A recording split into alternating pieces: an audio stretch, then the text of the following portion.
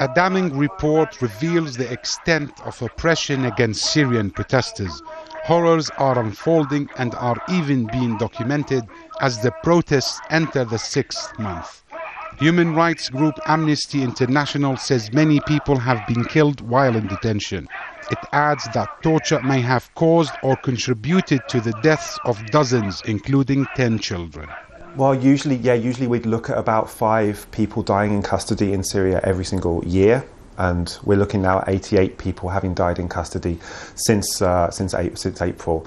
And those people have all died in circumstances which are suspicious, to say the least, with clear kind of gunshot wounds in some cases, also clear evidence of brutality, of torture, of mutilation on the bodies.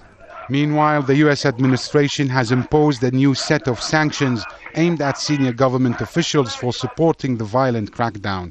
The officials are Foreign Minister Walid al-Muallim, Senior Presidential Advisor Buthayna Sha'ban, and Syrian Ambassador to Lebanon, Ali Abdel Karim.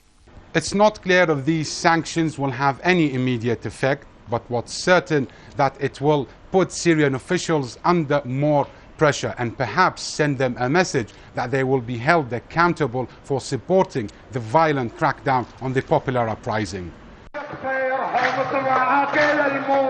And despite the crackdown, the protests continue even during Eid, when Muslims celebrate the end of the fasting month.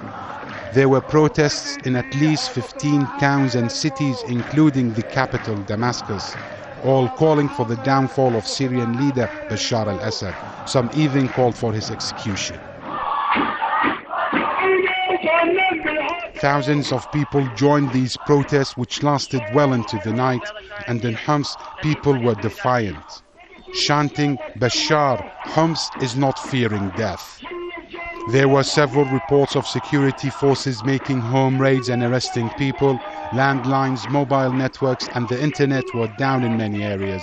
And in Hama, security forces backed by tanks raided homes at night. The 3-day Eid holiday is likely to continue with yet more violence and bloodshed. Omar Al-Saleh, Al Jazeera, Amman.